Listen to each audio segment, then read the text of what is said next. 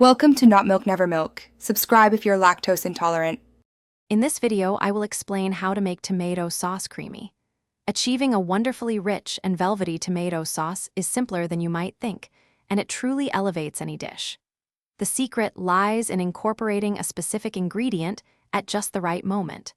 This technique not only enhances the texture, but also beautifully balances the flavors, turning an ordinary sauce into something truly special and comforting for your meal.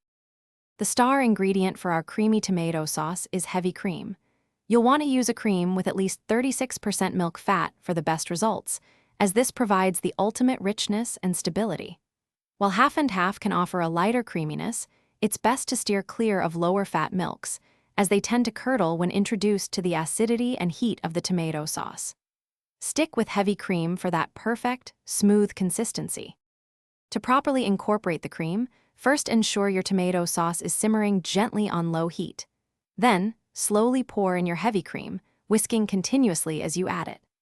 A good starting point is about 1/2 cup of heavy cream for every 4 cups of tomato sauce, but you can adjust to your preference. Allow the sauce to gently simmer for another 5 to 10 minutes, stirring occasionally to fully meld the flavors and achieve that perfect creamy consistency. For the best results, always add your heavy cream towards the end of the cooking process, after the tomato sauce has fully developed its flavors. This prevents the cream from breaking down or curdling.